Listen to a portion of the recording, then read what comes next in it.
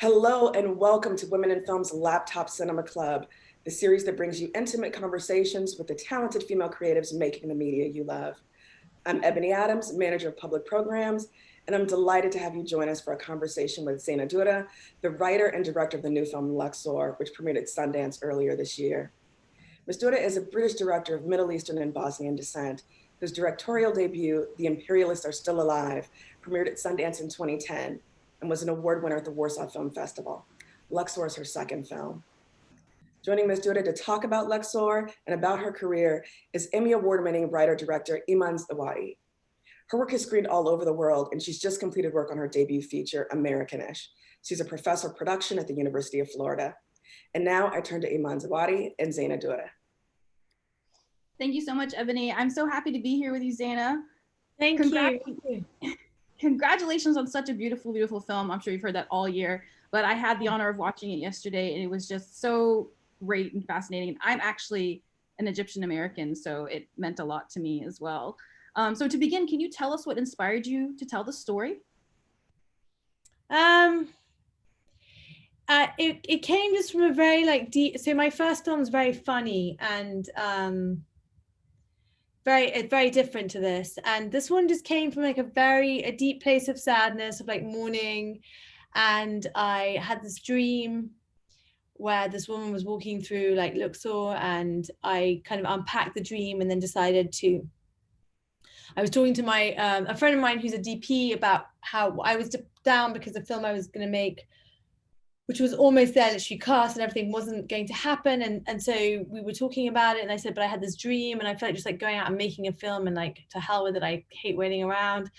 And she was like, well, whatever this film is, because we'd been unpacking the dream, and I was telling her about what I think it was, and she goes, well, whatever it is, it sounds great, and I'll come and shoot it for you. So that kind of is how the movie happened, in a phone call. And then Mohammed Hefsi, who's a great producer, I met him through these British producers called Rook's Nest. They're really awesome. And they introduced me to him about another project. And then I weirdly knew him from some weddings in Cairo, I think.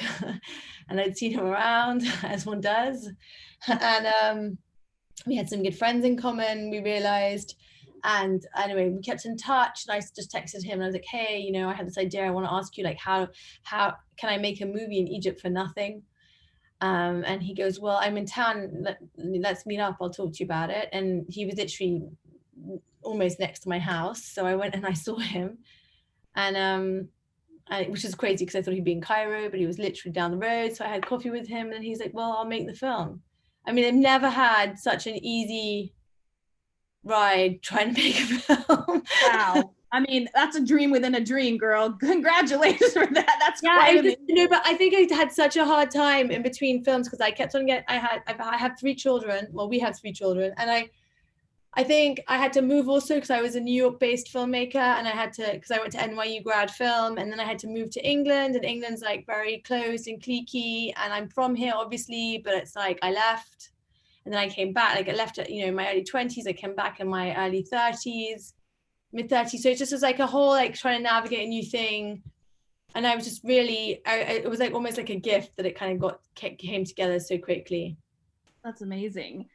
So we hear this all the time as female filmmakers, that this is our time, especially as men directors as well, but I always say it's always our time.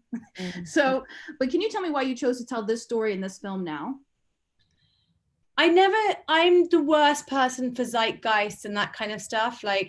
If my first film had come out now, it would be the most massive hit possible. My husband always laughs when I say, wow, that film was 10 years too early. And I'm like, I know. So I'm always too early.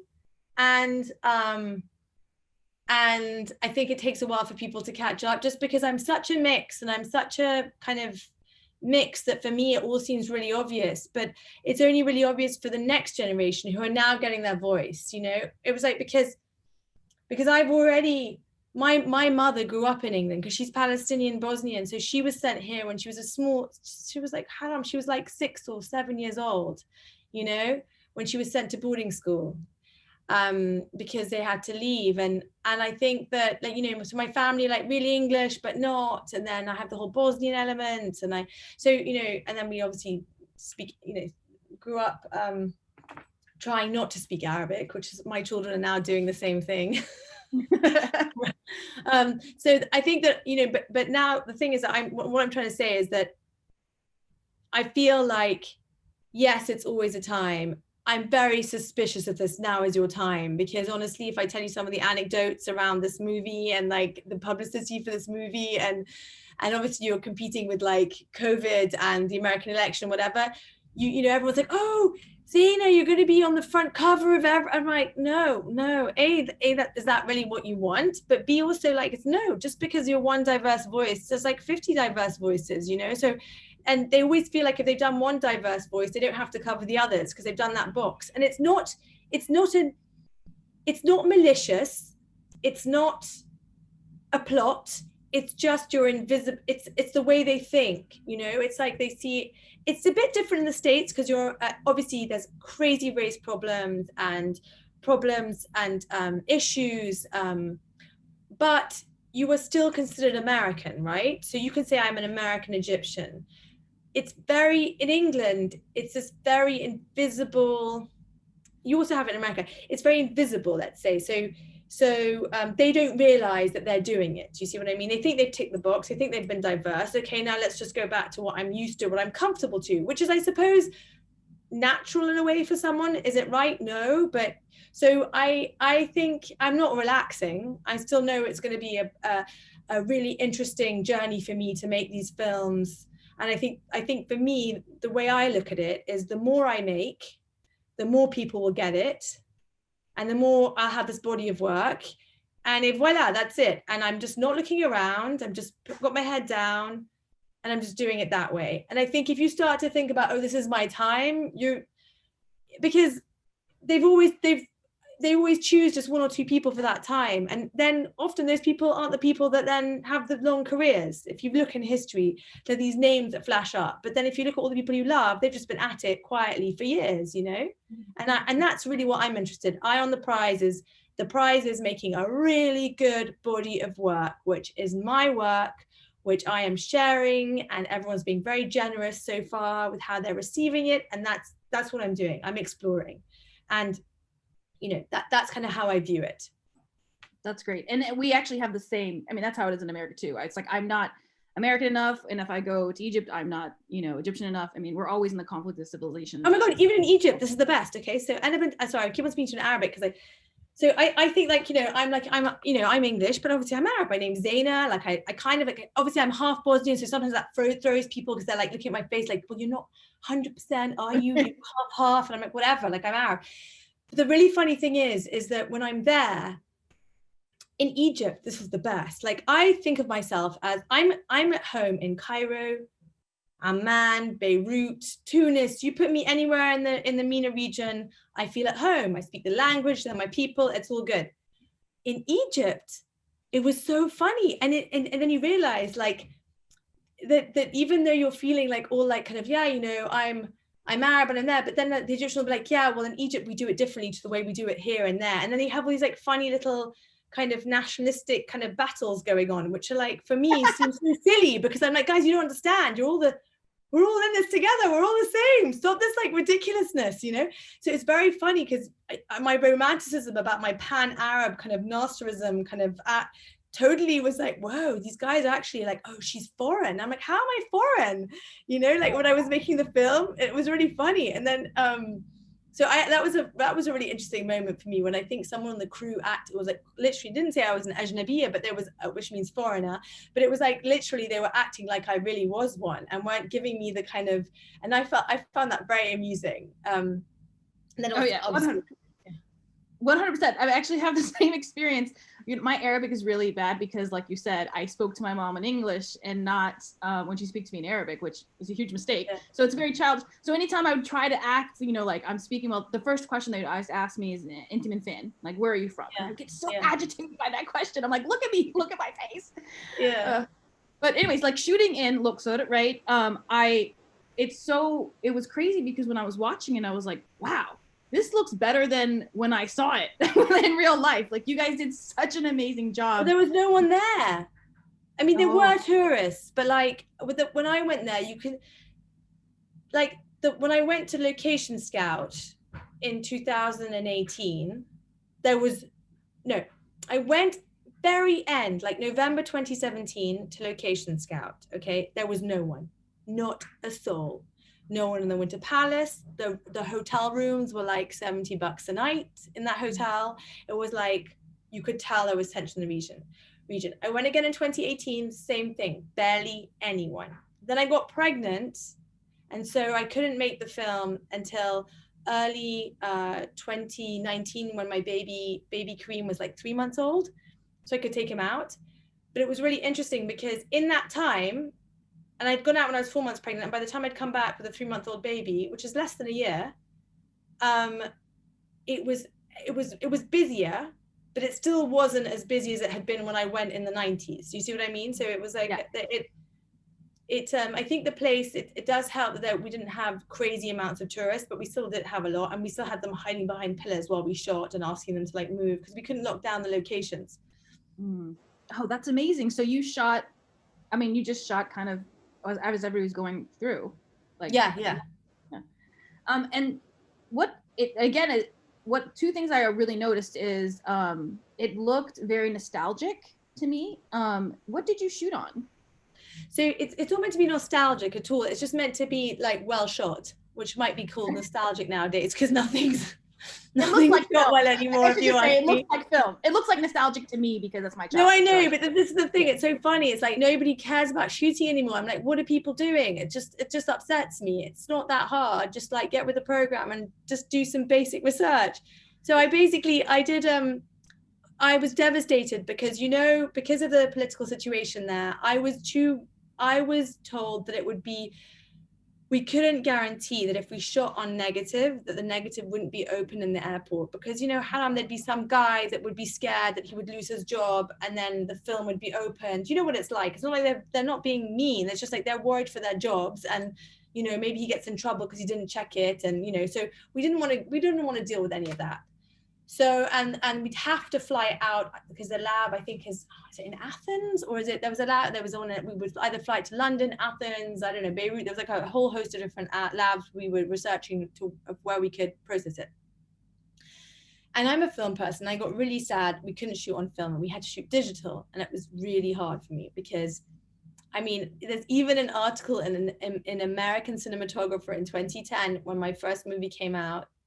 Maybe the articles in 2011, where I literally say to people, really think about what you shoot on, because if you shoot on digital, it's not just about an economic choice, it's an aesthetic choice.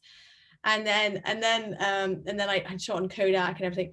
And I was laughing so much because I'm like, well, you say that in print, and now I'm going to be shooting on digital because of like a kind of a geopolitical situation. But I think what happened was my DP, who's an old friend of mine, she said to me, listen, I know this great guy in Paris at United Post. His name is Eli Akoka. And if you give him, she found this stuff. I'm so sorry if I'm getting the name wrong. I've been in a lot of interviews and I'm so tired. It's called Cinestill. And I think it's 35 film that has been cut out. And so you can put it into a camera. Okay, so we would go to the locations. She would take a still with the original kind of film still kind of stock in the negative in the camera, and then she processed them, and showed it to the colorist, and then he was a genius at that kind of stuff.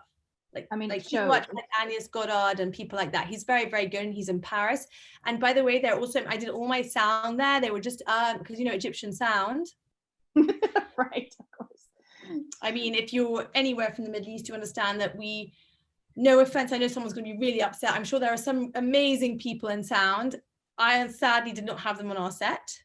And our sound, and to be fair, as my father was saying, it's not necessarily just the sound guy, it's just the craziness around. There's like so much beeping, there's so much live crazy noise. That romantic scene, not romantic, but the scene where they're like in the temple, in LUXOR temple, like smoking together.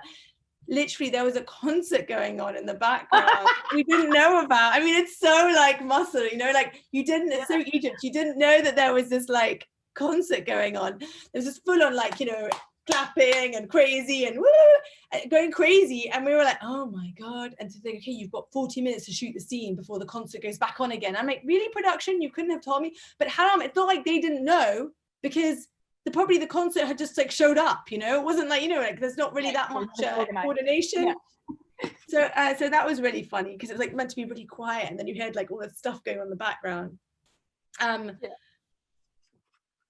you're speaking of shooting in Egypt, you're a mother of 3, like you mentioned, and your baby was 3 months old. So how was it to shoot in Egypt with your children? Because, you know, I love going on the plane to the Middle East with my kids, because everyone wants to help you. You know, it's the only flight. If you go to them anywhere in the MENA region or anywhere, or to Greece, they really want to help you with your kids. Everyone's playing with them, helping you with the bags. There's this love of children, and it's such a warm culture that if you're going to go anywhere with your kids and you don't have, you know, go there, because so it was like that when we were around. Like everyone was so kind. Like, my God, all the production were constantly like hanging out with the kids and playing with them. And, you know, my DP had 2 kids, and the older children came out halfway through the shoot, and the baby was with me the whole time. Obviously, I had someone there helping me. I brought someone to help me with the baby because he was so young, and he couldn't get immunized or anything. So like I had to be sort of like quite careful with like where we took him and what we did. But because it's not even like we were in Cairo, we were in like Upper Egypt, you know, so it's like quite intense. You took a 3-month-old. I mean, that's just so crazy. Yeah. And you shot a film. I mean, girl, you're a superhero. Yeah. And I was. Can you tell us? I was reading how you were pumping while you were shooting as well. Well, there's this thing. I think they should pay me as an advertiser, like placement person, because I use the LV pump, which is this like amazing, you know, it's amazing when you've had kids over 8 years, you really see or it was 5 years, you really see the difference in technology. So by the time this kid was out, there was the new stroller that was like super collapsible. What's it called? God, I'm literally so brains at the moment. Anyway, there were all these like things, and then the first pump I'd ever used was like enormous. It was like a hospital pump, and then this one, literally, you slid it into your bra and you could pump on the job, and and it's silent, and so I could literally pump in front of everyone. No one could see because it just looked like I had extra massive boobs, but that was it, you know, because it was in there. And the only thing is, at night, Andrea Riseborough would call me Robo Boob because it would flash. So that was kind of funny. We were all so tired. It was kind of funny, like whatever, you know, like it kind of was part of the whole craziness, you know, that Robo Boob director.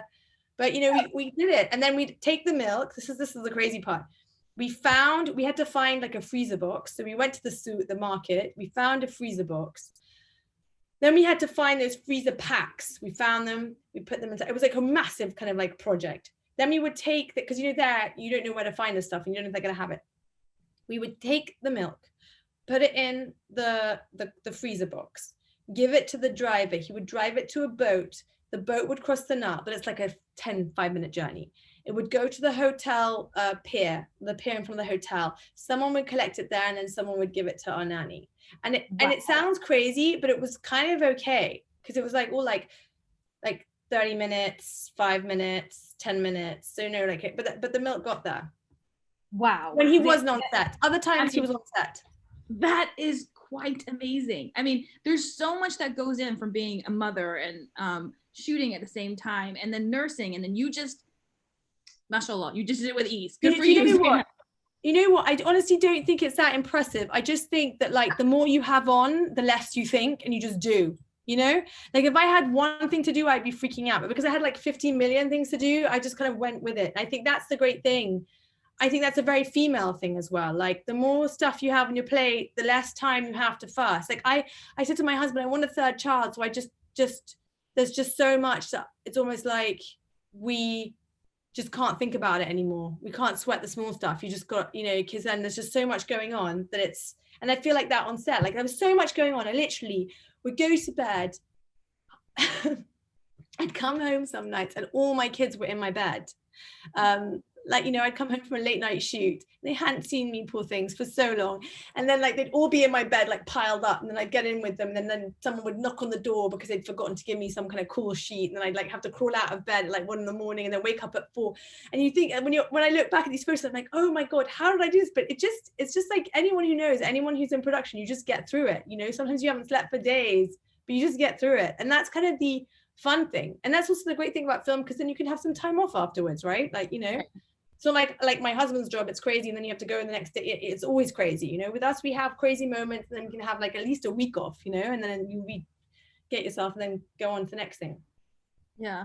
You know, when I saw, speaking of the warmth of Egyptians, when I saw your main character, Hannah, was touching the head of a stranger kid, I was like, oh my God, she's touching that kid. And I was like, oh wait, they're in Egypt. This is okay. You know, like, because in America, you don't touch people's kids. God, no. Yeah. Yeah. And I loved how you put that into the film, showing that warmth.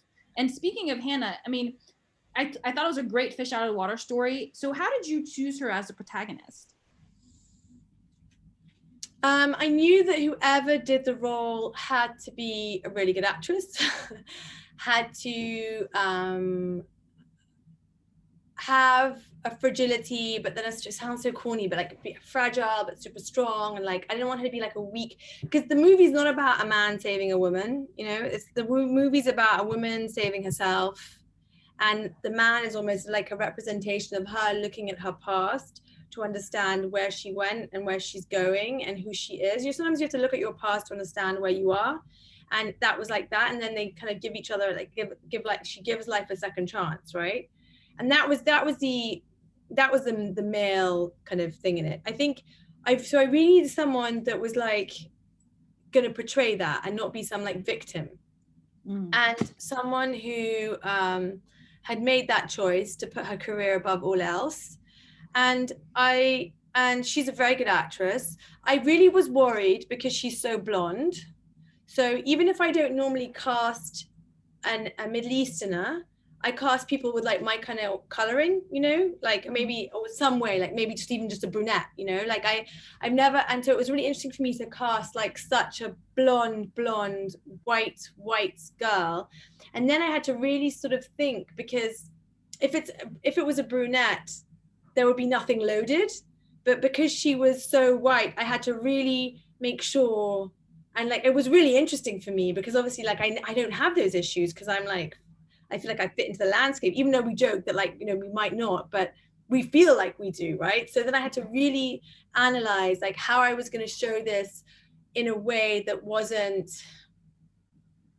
about this European experience of the place, in a non-Orientalist or in a non-self-orientalizing way, you know? Yes, and I noticed that too, and I thought that the subtlety of how she was coming through and interacting with the locals, the Egyptians was really great. So I think you did well with that. Okay, so Salima Ikram. Oh my gosh, I got so excited when I saw her. I was like, wait a second, is that the Egyptologist? Is that the Egyptologist acting? And she did such a fantastic job. Can you tell me about her role in the film?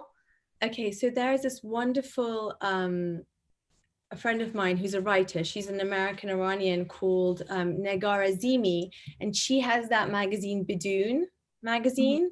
And she had an article in it, an interview with Salima, and she was very good friends with Salima because she had spent some time at AUC, which is in my head where Sultan and Hannah had met on like a year abroad ages ago in their early 20s. And so what I had done was I really wanted to like understand more about LUXOR before I went out. And Negar says, you've got to read this interview. I think it will really help you with the script. And it was an interview about the feminist temple KV10 that then Salima opened up for us and recreated so that we could then do this, like the dig in the original temple, because there's no other temple where these two queens or royal women have taken over and defaced the walls. And so through that article, I met Salima, had a great conversation with Salima. And then I went and I met with her in Cairo, like hit it off. She's just so charismatic. And because she's a professor, she's able to hold her own and act, because professors have to, like, if they're good, they have to, like, you know, get the class involved. And she's very much like, honestly, I always joke that if she had got any of us at the age of like 8, we'd all be Egyptologists, you know. Just, she's so fascinating, and she makes everything come alive. And so we really needed her. She was the advisor, and she was also, I was like, no one else is going to be able to play her. She has to play herself. I mean, that's great. And I love, again, you brought the essence, the authenticity to the story, and I really appreciated that. I think I'm gonna ask one more question. I think we have to wrap up. I always ask this question to my fellow filmmakers. What was your best experience on set and why? I think it was very stressful, but it was, there were two, it's just shooting in those temples, like going to Seti the first and shooting and then seeing the footage. I mean, you guys are lucky it wasn't like a 7-hour film, because you literally, you could just like sit and just watch for hours, just the way the light was coming off the walls and the inscriptions everywhere. And then being in these places at night, you know, we didn't have the temple to ourselves, the LUXOR temple, when we shot there, but we were very much, there was hardly anyone there because it was nighttime. See what happens, and this is a trick for everyone listening, if you go to LUXOR, the tourists leave when it's meal times, because they have these regimented meal times. So you know that at 7 p.m. everyone leaves, right? Because they go to have dinner, and then it's kind of empty. And then they're locals. That's why I got, you know, those girls seeing Kulthum walking through the temple. That actually happened to us on a location scout. I just heard all these girls laughing and seeing Kulthum, and I thought, God, this is so beautiful. I have to have this in my film. And like at the Valley of the Kings at midday, they all just leave because they all go for lunch. It's like crazy. It's so busy. And then suddenly it's gone. Why? Because it's lunchtime. They're on their cruise boats, you know, having lunch, or hotels. So try and almost be like anti the generic tourist timetable, and like show up in the midday heat, like try and bring a hat because it's obviously very hot, but like go to the Valley of the Kings when there's like midday and there's no one there because everyone wants to go at 5 a.m. or go and it really is empty. That's even in high season because no one's there. So that's what I really loved. I really, you know, it's funny, because of COVID, I haven't been to the Middle East now for a year and a half, because I was meant to go literally around the time that it started to go to, and I really miss that part of the world. And I really love just being there and just realizing that it's very empowering to realize that there's another reality which isn't New York, London, Paris, you know, like it's very empowering to understand that, like, or LA, or that there are these places which just are so untouched, and you can just, obviously Egypt has a massive film industry, but I don't think anyone's done what we did there, you know. There's this whole world to film in, and it's kind of exciting. And that's, I guess it's not my favorite scene, but it was just something that I really felt strongly when I was there. Nice. Well, thank you so much, Zeina. Congratulations again on the film. I encourage everyone to watch it. It's a fantastic and beautiful film, and it was great to speak to you. Oh, thank you so much. Thank you both so much for this fantastic conversation. I was fascinated, particularly by the discussion of like the production, the actual like physical production, you know, of making this movie. I know our members are going to love listening to you amazing filmmakers discuss this part of the business and the craft. LUXOR is available on digital and demand December 4th. You need to see this movie. It's absolutely exquisite. Again, thank you both for being here. Zeina, congratulations on this fantastic movie. Can't wait to see what you're working on next. Iman, thank you very much for being a fantastic moderator. Can't wait to support you in American-ish when it's available. Thank you so much again for joining us for this edition of Laptop Cinema Club. Bye, everyone.